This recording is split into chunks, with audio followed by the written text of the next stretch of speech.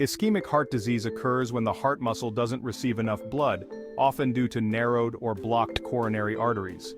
This condition, also known as coronary artery disease or CAD, can lead to severe complications like heart attacks.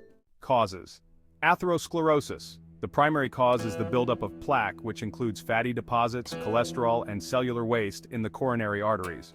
Risk factors: these include high blood pressure, high cholesterol, smoking, diabetes, obesity, family history, and age and gender, with older men and postmenopausal women being at higher risk. Symptoms: angina, chest pain or discomfort often described as a squeezing or pressure sensation, shortness of breath, fatigue, sweating, nausea or vomiting, and lightheadedness. Treatments for ischemic heart disease aim to improve blood flow to the heart and reduce the risk of heart attacks. This can involve various approaches, such as lifestyle changes, medications, and sometimes surgical procedures.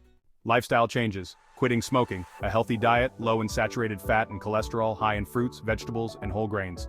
Regular exercise, weight management, and of course, stress reduction. Medications: blood thinners like aspirin to prevent blood clots, statins to lower cholesterol, beta blockers to slow the heart rate and lower blood pressure, and ACE inhibitors to improve heart function. Procedures: angioplasty, which is a procedure to widen narrowed arteries using a balloon and stent. Coronary artery bypass graft or CABG, a surgical procedure to bypass blocked arteries with healthy blood vessels.